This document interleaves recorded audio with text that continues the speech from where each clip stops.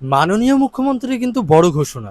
লক্ষ্মীর ভান্ডারের টাকা কিন্তু এবার ফেরত দিতে হতে পারে হাজার হাজার মানুষ, কিন্তু কারা এই টাকা ফেরত দেবেন, কারাই বা বিপদে পড়তে পারেন, আর কারাই বা সম্পূর্ণ নিরাপদ, আজকের এই ভিডিওতে সবকিছু আজকে পরিষ্কার করে জানাবো। তাই ভিডিওটি একদম শেষ পর্যন্ত দেখুন, কারণ এমন কিছু তথ্য আছে যা আপনি না জানলে আপনিও সমস্যায় পড়তে পারেন।